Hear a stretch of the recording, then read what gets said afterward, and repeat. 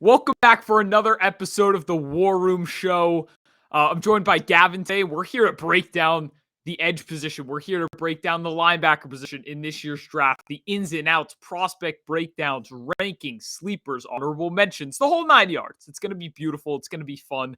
If you missed last week's episode that I did with Andrew, we broke down the entire secondary between the cornerback positions and the safety positions. It was awesome.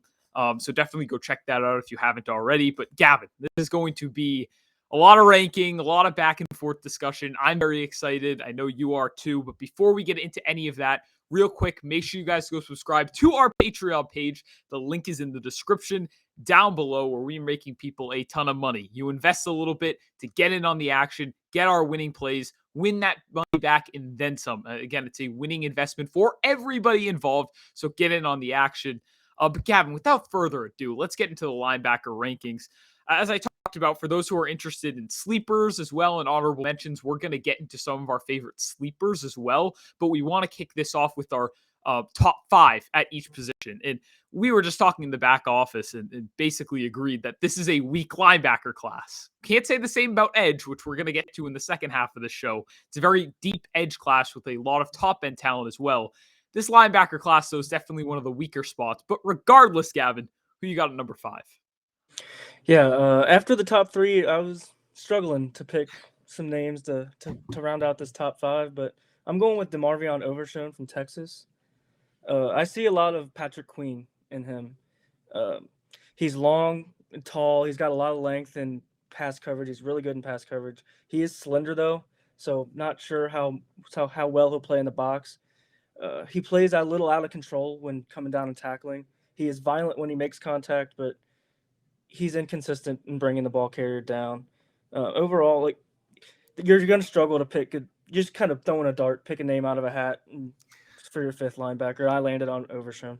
And it's kind of, this was a good year for Overshown. I thought he was a clear, like, maybe he's a day three guy, and he might still be a day three guy. But coming into the year, it was like, man, 2021 was a little rough. But this past season, although I'm not sure he goes Tay-Do, he's probably going to be a third round pick or at least a fourth round pick. Like, he's done a good deal for his draft stock. Yeah, Overshown's going to be consistently ranked as like a top 7 linebacker on draft boards in this year's class. He's got a little bit of that versatility coming out of Texas. But for me at number 5, because I don't have Overshown in my top 5, but I have Mohamed Diabate from Utah. A little undersized. Again, this is going to be a common theme. I'm warning everybody out there. This is going to be a common theme to hear undersized, struggles a little bit when deconstructing blocks and playing inside the box. But what Diabate is, he's a great leader for Utah. Like, he was a communicator, a leader on that defense. He's got the sideline to sideline range. He has some upside in coverage. And I consistently, I do a lot of mock drafts. It's a fun thing to do. Don't we all? We all love doing mock drafts. Of course. Any linebacker needy team, man, I find myself drafting a lot of Diabate in on day 3. Yeah. Get him in like the 5th, 6th round, even falls to the 7th occasionally. Who knows how reflective that is of where he will go in this year's class. But Diabate could even be kind of profiled a bit as a sleeper for me as well. Just considering, again, he's kind of projected to be a day 3 guy, but I've got him at number 5 here on my board. Yeah, and there's a lot of day 3 guys that if you need a developmental guy, take him on day 3. There'll be a lot of guys in that mold. Yes, absolutely. It's not even day 3, Gavin, though. It's day 2 as well, and that's why I was kind of teasing that. You're going to hear a lot of these. He's versatile, a little undersized. Like, you're going to hear a lot of that. It's going to be a consistent theme, even through these top 5 rankings. So, Gavin, who you got at number 4? Yeah, sticking with the undersized theme, Henry To'oTo'o from Alabama. He's my number 4. He's only 6'1", 227, so extremely undersized for a Mike linebacker. But that's what he is, a Mike linebacker. He will play in the box. He's got some strength issues given that size, but he is a smart, solid, instinctive player. Nick Saban said he's one of the smartest players he's ever coached. He's just solid. He's not going to be a Pro Bowl linebacker probably, but if you need a guy that can fill in and play some Mike linebacker for you, I think To'oTo'o is your guy. So this is where it gets tough for me, because I said my top 4 was pretty clear cut.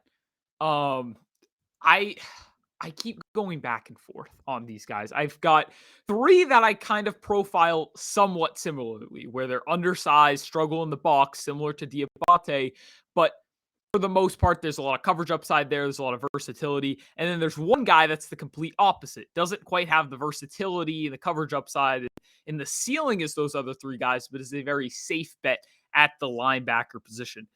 Here at number 4, this is a guy that's in the running for the number 1 position for me, but I'm going to put him at number 4, at very least as of now, and that's Dan Henley out of Washington. He did not make my top. He didn't make your top 5? Mm-mm. He's an Okay, so honorable this is mention. He's probably number 6 on my list. Okay. Well, we're going to have to talk about him then, Gavin, because I've seen Henley ranked as high as 1, but mostly 2 on a lot of big boards. Again, I could see a world where he's the best linebacker in this class. I think the top 4 is very, very tight. There's not a lot separating these guys. All right, so I've got my notes on Henley, right? Like former wide receiver, quarterback, defensive back, return man. He's got so much coverage upside because he's such a great mover. And he's still new to the linebacker position. I think he's picked it up pretty well thus far. So again, it's all the coverage upside and everything that we like with Henley, but he's undersized. He's 23, will be 24 in November, and he really struggles in the box. Now, we look at a lot of these guys. They're all scheme dependent, but we've seen these linebackers that are versatile in coverage but struggle against the run go as high as the top 10 before. That won't be the case with Henley, but remember Isaiah Simmons out of Clemson? Absolutely. Goes top 10. People love him because he moves all around the field and he's an awesome athlete, long-limbed, but he gets to the NFL with the Cardinals. And sure, you can throw him on a tight end and he'll be able to shut those guys down. His size plus coverage ability is amazing, but he killed them against the run. The Cardinals would get gashed in the run game whenever he was close to the box. Teams would be like, all right, that's an advantage for us because Isaiah Simmons is that bad against the run. I think Henley is kind of on that level. And again, I do like the upside that he possesses. He could be as high number 1 for me. But his struggles against the run, specifically in the box, is going to be the biggest hindrance on him, especially at his age, too. I think the age is going to be another big separator. And an even big separator might be a stretch, but just at least a separator between him and the 2 other guys that I think profile kind of similarly to Henley in this class. Yeah, I have him kind of compared to Akeem Davis-Gaither. I think that he could be used in the NFL in a similar way to the way the Bengals use Davis-Gaither. I like him better out in space, out as maybe a nickel guy, safety kind of player. I don't know how much if he can stay at linebacker in the NFL. He is, like you said, really small. He will be a hindrance in the run game for a lot of teams. But he is a great athlete and he's a ball of clay. He's still learning the linebacker position, but I do like him out there in space as a safety nickel kind of guy. So as a pure linebacker, I'm not as in on him, but I do like him as a football player. He is a good football player. Yes, definitely. But that's what makes it tough with Henley. Okay, if he's just a coverage only guy, and now we're sliding him to safety. Like, why not just take one of these safeties in this year's class? Like, exactly. I think the safety group, we talked about it again with Andrew. I think it's fine, but there are definitely some free safeties that are going to go right in Henley's range that you're like, yeah, I'd prefer that guy. Obviously, Henley's a little bigger, and he'd still offer a little more run support than some of those guys, I think. Yeah. Like, there are struggles definitely with Henley against the run, but that's kind of where we stand. Definitely a bit lower on him, but again, he's still in the running for my number 1 spot in some sort of way. Just that's the nature of these top 4 guys for me. Yeah. So moving on, I have Drew Sanders at 3. Okay. I know a lot of people aren't going to be as high on him. Some people are going to love him.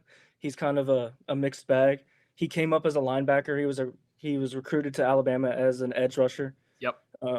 Got real explosiveness. He's really long. He's really tall. Not sure he'll ever be a pure Mike linebacker, so don't expect that when you go to watch him or if you're drafting him. But his potential is so sky high.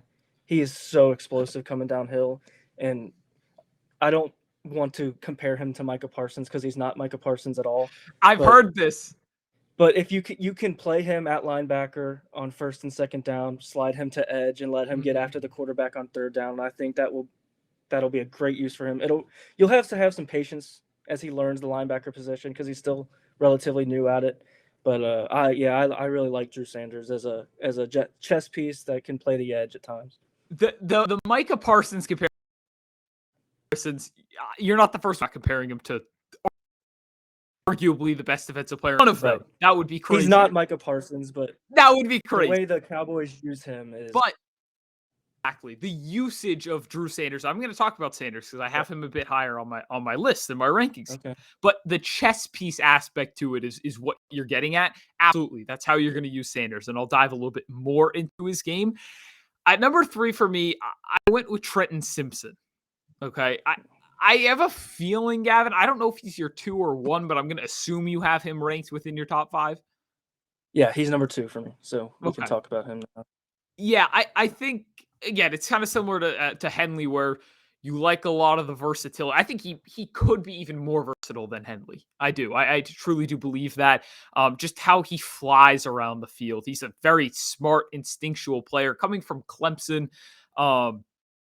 But again, the issues is it's the size. It's he played a lot more in the box for Clemson last year, and we saw that kind of be a detriment to his game. So if you're looking for these Mike linebackers, like, you're not getting that in Simpson. There's another guy, my number 2, that'll certainly fit that mold if that's what you're looking for. So scheme dependent, sure. But if you're able to move Simpson around, really enhance his upside in coverage, let him fly around the field, play him in more of a freelancer role. Right. I think that's perfect for him. Again, I agree with what Gavin said about a lot of these linebackers, and this is especially true for Simpson. I don't want him calling the shots for my defense. I don't want him in the box as like this physical run stuffer. But if he can play in a role next to another linebacker that's calling the shots, telling him where to go a little bit, guiding him, and you have the flexibility in the defensive coordinator to use him in multiple different ways, specifically out in space, I think you're going to get the most of Simpson, and you're probably going to get a really solid linebacker. So he comes in at number 3 for me. Yeah, he's my second, and you know who I see when I watch him? Jeremiah Owusu-Koramoah. I think there's a lot of JOK in Trenton Simpson, and like you said, a defensive coordinator that needs to be able to have a plan. You need to draft him with a plan. You can't just draft him and kind of stick a square peg into a round hole, like the Cardinals have tried to do with Isaiah Simmons at times. But seeing him in a defense like the 49ers next to Fred Warner, I would. Dre Greenlaw, Fred Warner, and then Simpson is. I know they just lost Shahir to Tennessee, so maybe they're looking for a third linebacker. I don't think they should take linebacker that high. Saying that, but they shouldn't. But I have dreams of seeing Trenton Simpson. I see it. Yeah. In the defense with Fred Warner. I think it's beautiful. It's another team, now that you just mention it, this one might make even more sense, Gavin, just because they have an even bigger need at linebacker with the loss of Tremaine Edmonds now, the Buffalo Bills. Edmonds was another one of these linebackers that, we're throwing around all these big comparisons, but the fact of the matter is, and again, I think Buffalo has maybe a couple more needs than people want to realize, and I don't know if linebacker's the way to go in day 2 for them, but if they do it, Simpson, I think they're going to be intrigued by because of the athleticism. Matt Milano is such a smart linebacker. Like, he can get his nose dirty in the trenches. He's going to be the one calling the shots on that second level. And then you have Simpson playing the Edmonds role, where it's less thinking, more being athletic and flying around the field and making plays in open space. That is beautiful. And again, I'm not comparing, even though I'm not a big Edmonds guy, Edmonds is still a really good player. I'm not even comparing Simpson to an Edmonds level linebacker, but he could play that similar role. I love those 2 landing spots for Simpson for sure. Yeah, the only pushback I'd give on Buffalo is they got tore up in the run game, especially against the Bengals in the playoffs. Sure. I don't want Trenton Simpson having to be relied upon to defend the run like that, especially early in his career. If he did go to Buffalo as a developmental player to learn from Matt Milano, love it, absolutely love it. But I don't want him forced into a starting role right away in Buffalo in particular. I think it's a you're forcing it a little bit in Buffalo. Well, yeah, I will say Buffalo, for some reason, despite the fact that they play two linebackers, they love to carry like 6 or 7 at a time. So Right. maybe they could just rotate Simpson out there into a Yes. very small role his first year. Who knows? But that's one gripe I have with Buffalo. I feel like they carry way too many linebackers. But regardless, Gavin, who's your number 2 here? My number 2 is Trenton Simpson, and my number 1 is Jack Campbell. Yep. So I'm in love with Jack Campbell. I think there if you need a linebacker to win you a Super Bowl, if you have a single hole at linebacker, take Jack Campbell, and he will fill in beautifully. I, I he's one of the very few Mike linebackers in this class. I have faith that he will come in immediately, start at Mike, and be just fine for you there. He's got tremendous size and instincts. I think he's the best pure linebacker in this class, and uh, I, I I don't want to say this because the Iowa and Pittsburgh have the same colors, but my God, he not just a Steeler? He feels like such I've a heard Steeler. it 1,000 times, Gavin. I've heard it 1,000 He's such a times. Steeler. I think it's gonna happen on day 2, and I hate it. Um, Jack Campbell, he's my number 2, so it kind of leads in pretty nicely here. The one thing, Campbell's the highest floor guy, if you will. I Yeah, think he's just the safest projection out of this entire class and the reason is I don't think he's going to fail because there aren't really a lot of things. He does too many things well to fail, right? right. So many instincts. All the college production was arguably the best linebacker in college football last year at Right. Iowa. There's not a bad game. No, there's not. He's so instinctual. He's so big. Like the Mike linebacker stuff you talked about it, Gavin. And look, even though Campbell has his limitations, in coverage, and like he, if he was 20 years ago, just you put him in 25 years ago, let's say it's year 2000, he would be a first round pick. No Oh, doubt about it. absolutely. No doubt about it. What's holding Campbell back from being a first round pick is he doesn't fit where the modern NFL is going, where you want more athleticism and more coverage skills flying around the field and less of the thumping, bigger linebackers. But with that being said, Gavin, there's still plenty of teams out there, Pittsburgh being one of them, that love these run stuffing, big physical linebackers. I mean, Pittsburgh has only reinforced that this offseason. Cole Holcomb and Landon Roberts look like they're 2 starting linebackers next year. Neither of those guys, especially Roberts, wow me in Yeah. coverage at all, but they're very good against the run, very good getting downhill, smart football players. So Pittsburgh clearly still has an ideal for that. And I'm not sure Roberts is somebody that I love as a starter. So Mm-mm. maybe they do bring in Jack Campbell on a day 2 or something. But I guaranteed Jack Campbell is going to go on day 2 to one of these teams looking for a Mike linebacker that still puts an emphasis on more physicality up the middle in the trenches, those run stuffing, downhill, bigger linebackers. It won't be the taste for some teams. Others will prefer the versatile guy that we've talked about here. But for any of those teams that like that, Campbell will easily be their top linebacker on the board. Yeah, and I think he's just plug and play, man. I think he's the best pure linebacker in the class. Yeah. So I just, like I said, I see it number 32 to the Steelers. I'm calling it right now. 32. So you think he goes top of the second round? Yes, I think he's really good. I'm a big Jack Campbell fan. Okay. So that's Kevin, it's nice. I'm sure it's refreshing to like one of a linebacker this much because just no Yeah, offense. he's but he's the nature of only class. one that he's the only one I really love. So is it do you love him to the point where you would give him a first round grade? Probably not because of the limitations that you've. Right. He's not the right. he's not the sideline to sideline linebacker that fits today's NFL. But I think he's the best pure linebacker that could come in, lead a defense, and I mean you would obviously like to have a more versatile guy next to him, but yeah, I'm a big Jack Campbell fan. I don't know if I could even my number 1 here. Drum roll, Drew Sanders out of Arkansas. I know we talked about a little bit. That's my number 1. Campbell, again, I would agree, though. He's the easiest, cleanest projection, highest floor. None of these guys for me are day 1 guys. Like, just to reiterate where this class is at. But Drew Sanders, again, if you could put him at 4. Gavin, do you have him at 4? He was my number 3. Number 3. So 4, 3, that's a fine range. I think this top 4 is fairly interchangeable. Yeah. What I love about Sanders, Obviously, you said it. He was an edge at Alabama, played off-ball linebacker in high school, and then eventually, when he went to the Razorbacks, he converts back to an off-ball linebacker kind of role and position. I don't know where he's at in coverage. I think Henley and Simpson probably both project as better coverage guys, Yes. which was like the pushback. Sanders is also tons of missed tackles, had over a 19% missed tackle rate. So with being a little undersized, kind of struggling against the run, I don't know if he's ever going to be an elite coverage guy, but I think there could be enough where he's fine. Um, but what I do love about Sanders is just, again, it's kind of like how versatile he is. As much as he missed all those tackles, I do think there's more promise for him in the box than a Simpson or a Henley. I saw Yeah. some hard hits in the box. I saw a little bit better blocking deconstruction, if you will, off the ball on that second level compared to guys like Henley and Simpson, because those three are going to get grouped into a very similar bucket. And then, especially important, the blitzing off the ball and how dynamic he is as a pass rusher really separates himself from the rest of the group, if that's kind of what you want. You talked about that being a chess piece, Gavin.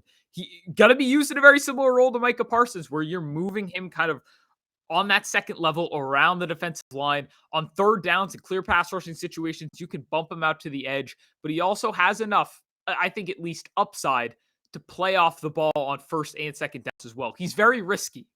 And I think the biggest thing that even, just again, 1 through 4, Henley being at 4, Sanders being at 1, was also the age. Like Sanders is 2.5 years younger than Henley is. So he's a risky bet for sure with all the missed tackles, being undersized. But if you use him in the right role and he continues on this trajectory, this development, he could be a really fun chess piece for a defense. Yeah, like I said, you're gonna have to have patience with him as he's still learning the linebacker position, but his potential is, I think, pretty sky high as both an edge rusher and an off-ball linebacker. Yeah, absolutely. And the one thing, like, again, he played off-ball linebacker in high school, so that gave me a bit more faith. Like, okay, this isn't brand new to him, and obviously it's still a bit of an adjustment in the college level and going back to that position, but it's great. I love the versatility there with Sanders. Again, not a first-round guy, but I do really, really enjoy the ceiling there, and I think he fits kind of where the current day NFL is and where it's kind of heading. But now that we've gone through our top 5, Gavin, let's hit some honorable mentions. Let's hit some sleepers. I kind of do that slash because we could have a sleeper that we'd rank at number 9. And I think that's going to be especially prevalent at the edge position, considering there's so much more depth that we wouldn't. But again, somebody at number 9 that we wouldn't exactly put in our top 5, but we still really like them on day 3 or something. So just a shout or two, Gavin, that you really like. Now, he's a real sleeper, like round 7 kind of guy, but Jordan Wright from Kentucky. He could be classified in the edge role, but he played in space a lot more at Kentucky than people think. The ball always seems to find him. He picked off Anthony Richardson. He always was recovering fumbles. He has an electric motor that always finds the ball. And there's a great play if you go back and watch that Kentucky-Florida game. He spies Anthony Richardson and chases him down at the sideline. I've never seen a linebacker do that. He closed on Anthony Richardson faster than I've ever seen anyone close and brought him down before the line of scrimmage. It was a crazy play. He can provide some pass rush, but he does thrive against the run. And I love his motor, and I think people, once they get him in their building, will really like Jordan Wright. Wow, I love that shout. That's great. 7th round, you can get a guy that could chase down one of the best, most athletic quarterbacks we have ever seen. That there's intrigue to that for sure. Right. For me, honorable mentions, my 6 and 7. Honestly, this guy might be in the running for a 6th or 7th slot. I kind of just honed in on my top 5, left the other 6, 7, 8 a little bit of a jamble. But Ivan Pace, he's going to be brought up a lot. But what's holding him back really from being a top 3 linebacker in this class or top 4 linebacker, because pretty much everything is there. It's just the upside because he lacks size and he hasn't shown a lot in coverage. So it's like, well, this dude's undersized and he's not great in coverage. What is his role in the NFL? That's actually a good question because I'm not 1,000% sure. But what I do love think about he's a blitz specialist. Exactly. Designated blitzer. Yep. And I think that at least has some value in the NFL because where do you isn't take a day that, 2 though? guy. He's not a day 2 guy. This is a day 3 guy that had so much production in college, a crazy production for the Bearcats. You just said it. Awesome, awesome blitzer. He's going to be like a blitz specialist. He plays with so much temperament and a high motor running downhill. I think he's got really good instincts and a nose for the football. So even if you want to occasionally, maybe on a team that likes to run outside a little bit more and they've got more of a finesse style rushing game, you can kind of plug and play pace there. I loved Malcolm Rodriguez last year because he was an undersized linebacker that wasn't great in coverage either, but he's so good against the run. I don't think Pace is that good, although he's even better as a blitzer than Rodriguez, but I think Rodriguez has a bit more size and he can deconstruct blocks a little easier, so he's a surefire bet at least against the run. But what Pace is going to be like, there's a role for that guy in the NFL, also on special teams. So even though he lacks that upside and he might not be a 3-down player, I'm in the business of drafting very good football players on day 3. Right. And that's exactly what Pace is. Yeah, and I think we should also throw out everyone's preseason darling, Noah Sewell. I knew you were going to bring up Noah Sewell. He's really stiff. He doesn't change direction very well, but he's strong, man. Yeah. He's really strong. And I think he's a bit of a poor man's Jack Campbell, actually. I think everything Jack Campbell does well, Noah Sewell just does not as well. And I don't know where he's going to fall in the draft, but I think he's worth shouting out. And you know what's crazy? At the beginning of the year, Sewell was ranked higher than Campbell on a lot of big boards, which he was really everyone's linebacker 1 or 2 coming into the season. Yeah. And obviously that's kind of been a bit of a free fall. I think rightfully so. No offense to Sewell, but I can't put him in the top 5. I can't put him over Jack Campbell. I can't get behind that. So I'm glad the adjustment's been made, but it is just funny that you bring that up, Gavin, because for those who don't know, Sewell was a top 2 linebacker in this class for 90% of people to start this season back in September. So just an interesting note to throw on top of that. But let's get into the edge position now. This is one that we're probably going to take a bit more time with just because it's an even deeper position. I'll probably shout out more than just one guy in the honorable mentions. I think the rankings get a little tougher on this one because there's so much talent here. I hate to sound like we're dissing on the linebacker group. I wish the best for these guys, and there's a lot of good prospects there. But this edge class is so damn good, Gavin. It's so damn good. You've got a blue chip guy at the top. You've got multiple potential first rounders. You've got a ton of depth that spans into day 3. It's fantastic. I think it's one of the best position groups in this year's class. So why don't you go ahead and kick it off with your number 5? Yeah, this class is really deep, and it's kind of a pick your favorite flavor of ice cream type thing with who you want to pick. I have Nolan Smith at 5. And he's only at 5 because he's undersized and he's coming off a pretty serious injury. Right. But he is dominant against the run. He is really, really good against the run. He's still underdeveloped as a pass rusher, but I think that's coachable, and you can really work with that. And by all accounts from everyone at Georgia, he is a phenomenal teammate and a wonderful leader. When he went out with the injury, he was basically a coach on the field, on the sideline for them during their national championship run. So, yeah, I'm a big Nolan Smith fan. Yeah, Nolan Smith is definitely in my top 5. I'm excited to talk about him. For me, I've actually was just on the verge of doing a mid-show switch. I second thought myself for just a split second there, but I'm going to stick with my number 5 of Myles Murphy. This is lower than a lot of people have. I had no idea where to put him. I just did not know. I think, Gavin, a lot of people are going to agree with you. And I could have seen a case for him maybe a spot higher because all the tools that Myles Murphy has. Let me flip to my page of notes on him for a little bit of a reference here. But Myles Murphy, great frame, 6'4", 268, over an 81-inch wingspan. So the frame's there. We know the athleticism is there. Those are the big draws. It's these guys that, okay, he's from Clemson. He's got the frame. He's got the athleticism. But he's at number 5 for you, Aidan, which, again, it's a bit more, this is a deep edge class, but there are issues. I thought his tape this past year was I didn't love it. Did not love the. And that's a theme with a lot of the Clemson defensive guys this year.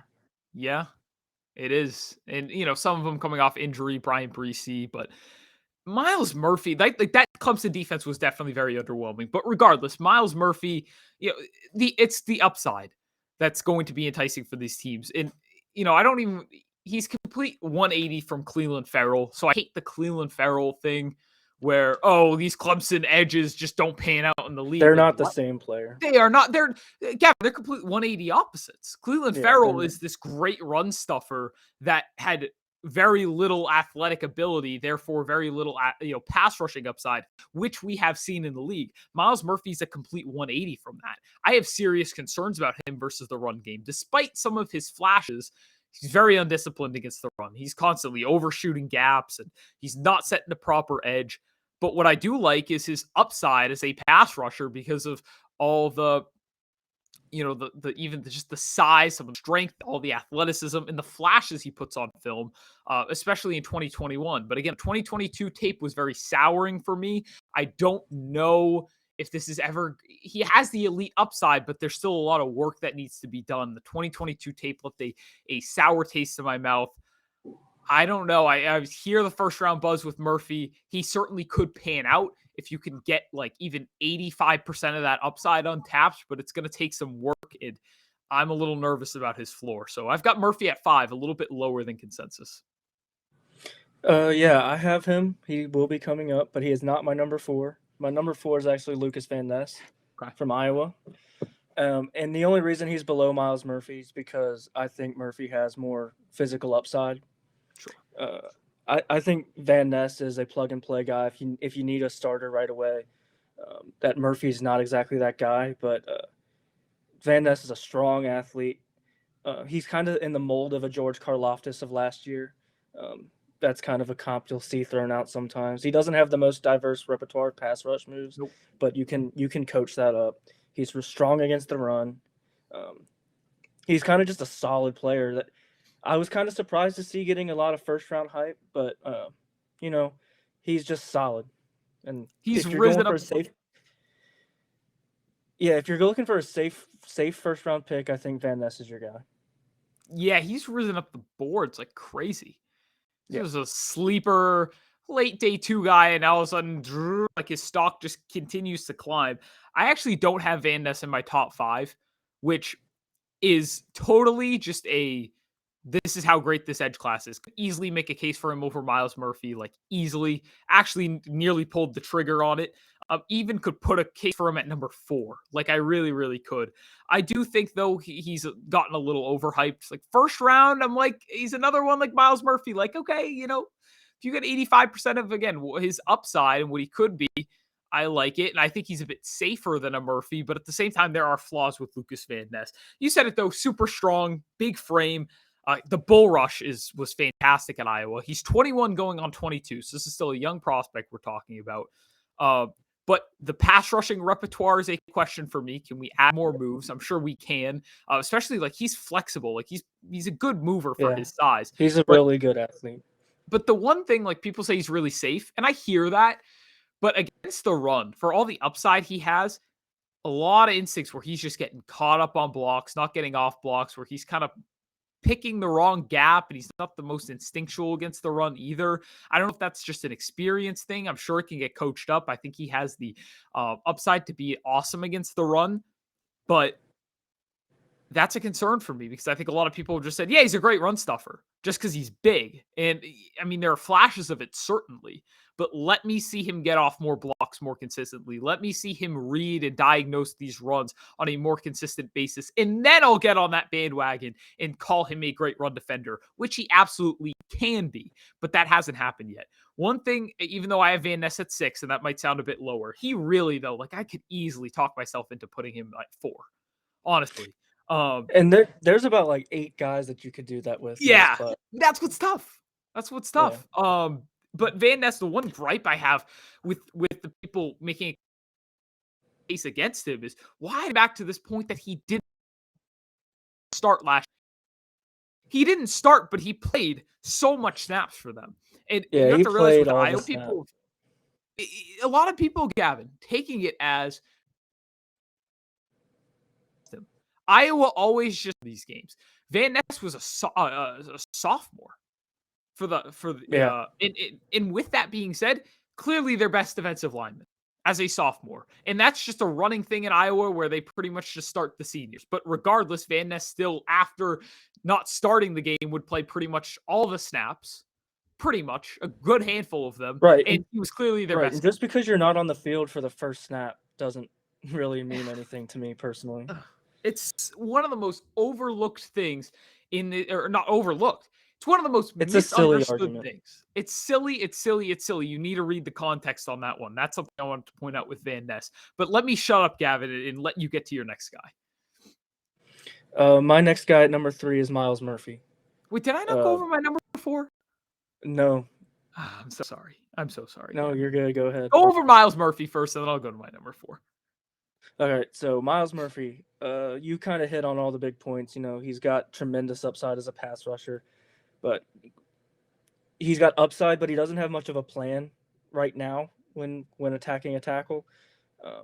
He's an elite athlete, but you're going to draft him in the first round because you're taking a chance on his traits.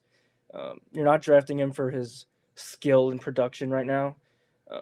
I think he's a prototypical 4-3 end in most schemes.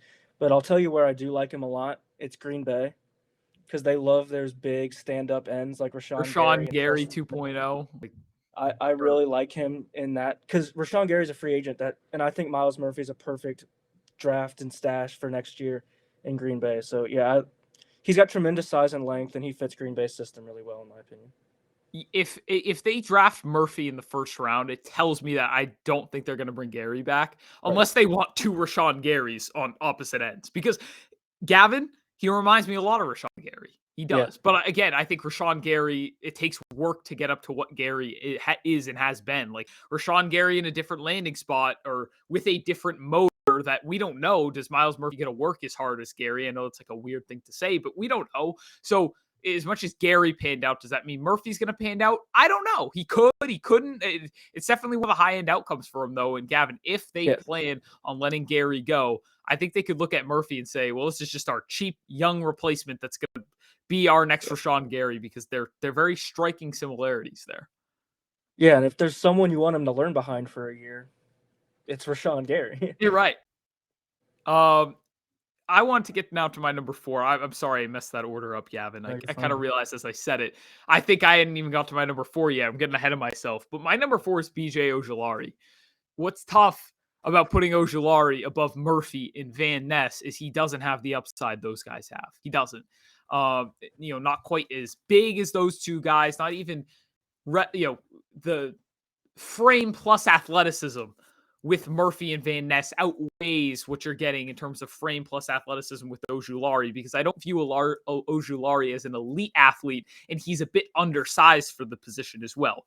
But he is certainly a very good athlete, just not a standout one, which, again, relative to this class, I think isn't a bad thing. It's just this class is so athletic, particularly at the edge position. But he is one of the most technically sound edge guys in this class, easily. Yeah.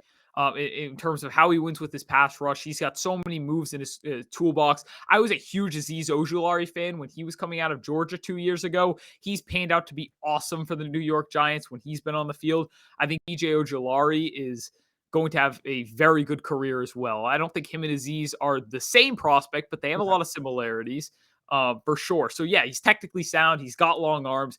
Good athlete, only 21 years old. I think there's a lot to like with Ojulari. The question is going to be, how effective is he against the run? I think with the year 2 development, especially with those long arms and just how instinctual he is, there could be something there, but ultimately a lot of bad on his tape at LSU, a few too much bad against the run, and he is undersized. So that's going to be my question, but I have no doubt he's going to be a really solid complementary pass rusher. Yeah, and it's worth pointing out for Ojulari that he was given number 18 at LSU, and that was given out for his leadership qualities and traits. The team gave that to him, so that speaks a lot to him as a human being. So that's worth pointing out for him. Yeah, and I figured now we could circle back. You touched up, I thought, a very great job on Nolan Smith, Gavin, but that's my number 3, is Nolan Smith of the Georgia Bulldogs. Lit up the combine. One of the most athletic edge rushers we've ever seen, at least in combine testing. And I Georgia think guys tend to do that. they do tend to do that. You're right, Gavin. It's weird. It's funny how that works. One of the best defenses in the league happens to have a lot of athletic defenders. But man, I think that athleticism at the combine was legitimately translated onto the film. I absolutely saw it. He's so explosive out of his stance, rushing past defenders, shooting gaps, the whole 9 yards. What I loved, what you said, Gavin, this is why I got you on the show, because a lot of people look at the size of these guys and say, well, he can't defend the run. Nolan Smith's too small. He just probably can't defend the run. But if you watch the film, he can. I don't know how it's going to translate to the NFL, because the NFL is a whole different breed. But despite being undersized, Smith held his own against the run and then some. Like, super instinctual. He can shoot gaps. He really held his own. Like, despite being, again, a smaller edge rusher, he packs pound for pound. He is just very, very strong because he holds his own absolutely in the run game. And that's intriguing to me. Like, the thought of Nolan Smith being 3 down edge guy is juicy. Now, his floor might be a bit lower than we think because he's fresh off a pec injury. If his size does end up hurting him in the run game, now all of a sudden you're like, oh, you can't really stop the run. And as a pass rusher, if he never fully develops that repertoire, I'm nervous now. Is he really good in any area? That's a little concerning. But Nolan Smith, again, he's a freakish athlete. He's still pretty young. He's coming from the SEC, specifically Georgia.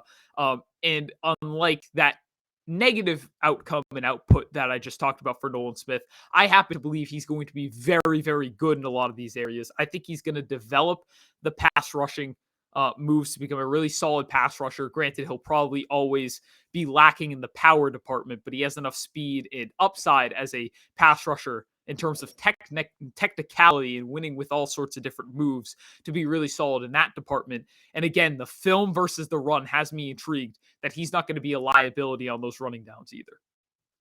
Yeah, you can coach and develop pass rush moves. You can't coach and develop athleticism and a knack for playing the run. You either have it or you don't, and Nolan Smith absolutely has it in spades. Yeah, and on top of that, can't teach the tenacity that guy plays with, the physicality, that motor. Can even drop into coverage, which is going to be key for his versatility even more so. Even if you're like, Nolan Smith can play the run occasionally, but I don't want him out for every rushing down. Drop him back into coverage every once in a while if you don't want to take him off in the field. He did a really good job with it. He's fluid out there in space. One of the best at it out of this entire edge class. So that's another thing to tally on Nolan Smith's portfolio. I've got him at number 3. I was very, very impressed with him. I think our top 2 we're going to be on the same page here with Gavin. But regardless, who's your number 2? Tyree Wilson of Texas Tech. I struggle with him because I don't think he's a great pass rusher right now. He has the skills to get there. He has the attributes to get there, but he's just a massive human being. At 6'6", 271, he's just tall, long, strong. Where are you going to play him, though? And that's a big question. Are you going to play him strictly on the edge, or are you going to move him inside? And he has sky-high potential, but you're betting on the traits right now. He's not a well-rounded product, in my opinion, right now. No, this is, you said it though, Tyree Wilson, perfect frame. Perfect frame to add on to the, what did you say, 6'6", 271, 86-inch wingspan. Dude, that's like Giannis Antetokounmpo playing on the defensive line. That wingspan is crazy. That's massive. Insane.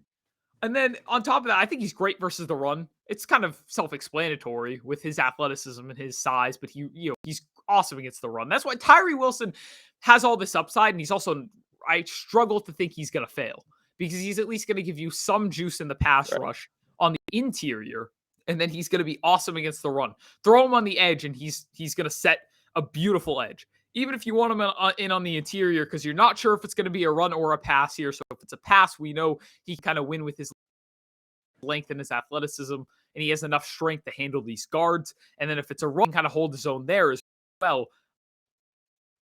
But the upside is absolutely sky high as well. Although I have him at number 2, Gavin, I won't lie, looking for, and this is a terrible thing. I think this is a stretch when I say this, but I kind of want to have people semi see where I'm coming from. I was looking for an excuse to move him down because I was like, at number 2, this is a great prospect, no doubt about it. But I guess what I ended up having a problem with was the top 10 hype. I can't really get behind it. I can't. No, he's going to be drafted in the top 10, but in a normal draft class, I don't think he's a top 10 player, personally. He's just not great at anything right now. I think he's good against the run. I think he can develop into a good pass rusher, but I think he's more of a floor player than a ceiling player right now. His ceiling is there, but I struggle to see him hitting the high ceiling that he has. But I think people think he's a ceiling play because of the traits, the Right. tools. That's what people are going to fall in love with. And I don't blame them. No, Even you bet just on as a pass traits. rusher. Like that length, even if you're not the most technically sound, that length is going to do damage in itself. It's going to get these offensive tackles upright on the edge, and all of a sudden you're winning the leverage battle. It's crazy. But again, what's the issue with Wilson? You said it. It's the fact that this guy is just so raw when it comes to his clubs in the toolbox, rushing the passer. It's the fact that he is nearly 23 years old, older prospect that we're dealing with. So this isn't a 21-year-old that's raw, but we still got a little bit more time. He's a bit far along on the timeline than I think some. He's a great prospect. I'd give him a first round grade, but top 10, Yeah. I don't know if I'm gonna love that. And that's kind of a theme with a lot of these guys. Like, the potential is there. All of these guys have sky high potential, but they don't really have a plan for their pass rush right now. And honestly, BJ Ojolari is probably the best pure pass rusher we have right now in this class. But he's got other flaws that I don't. Yeah. But I mean, obviously, number one's Will Anderson, and I think he's heads and shoulders above everyone else. To be honest with you. But when I say that, I don't want people to think that he's in the level of a Myles Garrett or a Nick Bosa, because I don't think he is in that class yet right now. But I mean, he's just a freak. He's a freak, man. He's been the top edge rusher for what, 2-3 years now. Not even just top edge rusher, Gavin. Top player, yeah. Top player. I think Will Anderson is crazy. I'll let you keep doing the breakdown, but I think top player might be even more fair. Yeah, he's not as bendy and nuanced as a pass rusher as you'd want right now, especially for a top 3 pick in the draft. But he's really strong. He's really instinctive. He's really explosive. And even if you're not an elite pass rusher, with those double-digit sack seasons, you're that good of an athlete.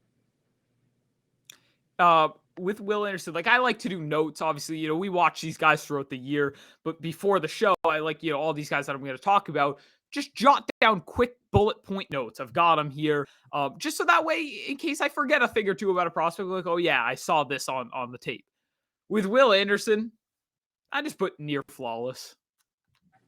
That's all I put. Yeah. Really, like when you broke down his game, Gavin, we don't really need to get into it. Everybody knows Will Anderson is that good. We're just here. Basically, we're going to take a minute or two. We've already pretty much done it. Gavin's done it for us here to say that Will Anderson, yes, we can confirm he's a blue chip guy.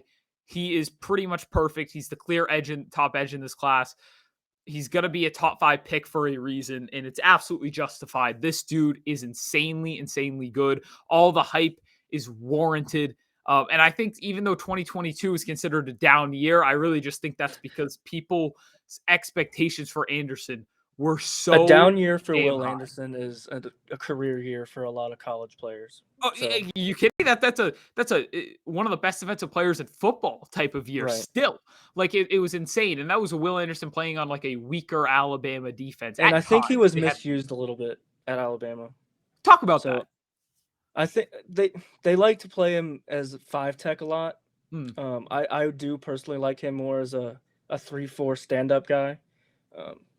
But he's strong against the run, and Alabama did struggle against the run at times this year. So yeah. I get why Nick Saban would want to put their freak athlete on the line to just block off a side of the field against the run. So I don't blame him for doing that, but from a scouting perspective, I think he was a little misused.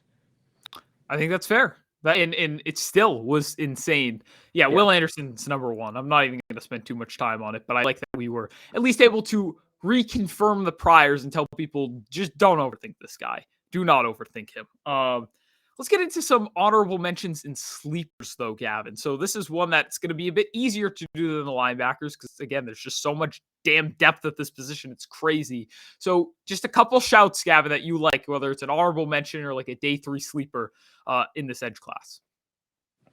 Will McDonald from Iowa State. I think he's a developmental guy right now, but I'd be fine taking him in the back end of the first round, especially a team like Philadelphia that can put him in a rotation and not have him be like a 3-down player right now.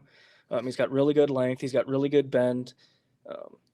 Needs to learn how to be a full-time pass rusher right now, but he's just a freak athlete, and I think with time he will develop into a double-digit sack guy. Yeah, Will McDonald is somebody that's gotten like first round hype lately. I don't know if I can go that far with him. Again, I think with this edge class, for all the first round grades that have been thrown out, I'd find myself like, I think there's a lot of very good players. I like a lot of these players at the top. I think they've gotten a little overrated, but it also filters out of the back end for me because there's so much depth. Like I still like those guys a lot, but then there's also the depth. So at the edge position, if I'm not getting Will Anderson at the top of the draft, and I need an edge. And just looking at all these guys that are going to win the first round. Sorry for going a little off track here, Gavin. But like, That's yeah, right. Miles Murphy going in the first round, Lucas Van Ness, even Tyree Wilson for how high he's going to go. I don't know if I'll love any of those picks. Nolan Smith probably going in the back end of the first round, I can definitely get behind. Same with Will Anderson, obviously going top 5. But I think with a lot of these first round guys, I'm going to be like, yeah, 60% of them were probably a little bit of a reach. I like them more on day 2. But the depth in this class is what I'm going to love. I'm going to see so many great prospects going on 3rd round, 4th round, 5th round. 2 guys that I want to shout out are both the Auburn guys, Colby Wooden and Derek Hall. I really, really like both of them.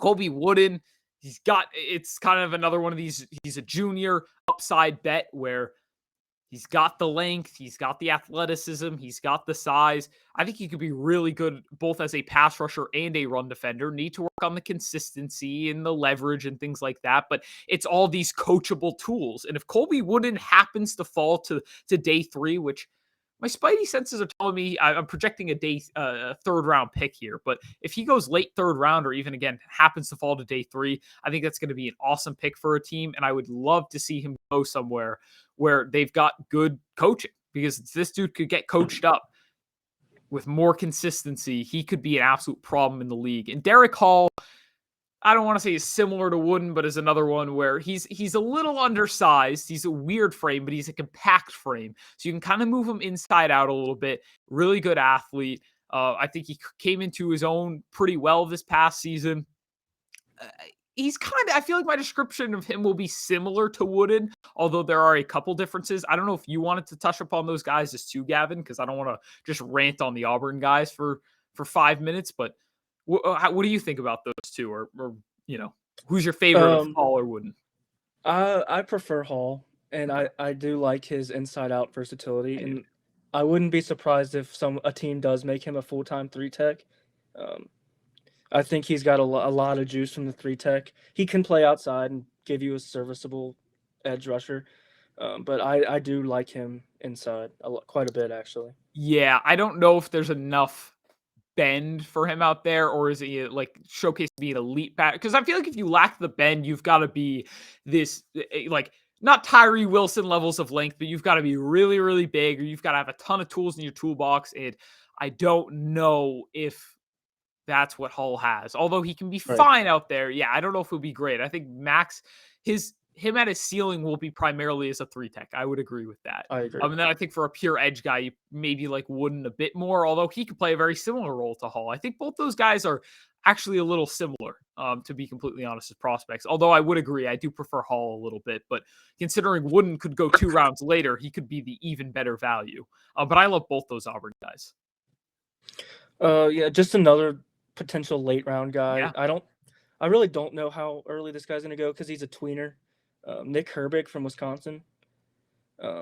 He played that Zach Bond type role where he's kind of a linebacker, kind of an edge rusher, but he's really undersized. And Bond dropped a little bit in the draft from popular consensus due to the question marks surrounding his position and his size. He does have elite sack production, Herbig does, and he's got a great motor off the edge. But like Bond, where do you put him? And a team has to have a real plan when drafting him. Um, he's small for an edge rusher, so I don't know if he's going to be a full-time edge rusher, but he does have the production to back it up. So some defensive coordinator that's smarter than I am is going to have a plan for Nick Herbig, and I think he could be a steal on day 3. Yeah, there's, I thought you were actually going to go Nick Hampton with that one. I just had a feeling with it, but no, Nick Herbig, I think that's a good shout. He's quietly gone up rankings little by little. I think slowly but surely, I've seen him kind of rising. He'll probably go on day 3. I don't think he'll go day 2. Certainly not day 1 or anything like that. But no, there's so much after this class. I mean, Gavin, I don't want to cut you short. Like, there's still so many other guys to talk about. I don't know if there's another guy that you wanted to throw out there, or you're cool with kind of where we're at. There's another guy that we haven't talked about that's getting some first round buzz. I don't think I'd take him in the first round, but Felix Anudike-Uzomah from Kansas State. He's probably strictly an outside guy due to his play strength. He doesn't have the play strength to play inside, but he is good against the run. He actually has a solid pass rush repertoire compared to a lot of guys in this class. I think he's a good early day 2 pick for a team that needs some pass rush depth. Okay, I like that. I feel like, again, we're selling this edge class short. There's so many guys, day 2 level guys, that we're leaving out there, but I don't want this episode to go for a crazy, crazy long time, or else we're just going to start ranting on these guys. And you're going to be like, wait, who have they talked about? What did they say about this prospect? So I think we're going to leave it there. That was really good discussion. Obviously, we're going to have plenty more draft content coming out on the YouTube channel and on our website as well via articles. So there's going to be plenty more draft content to be had.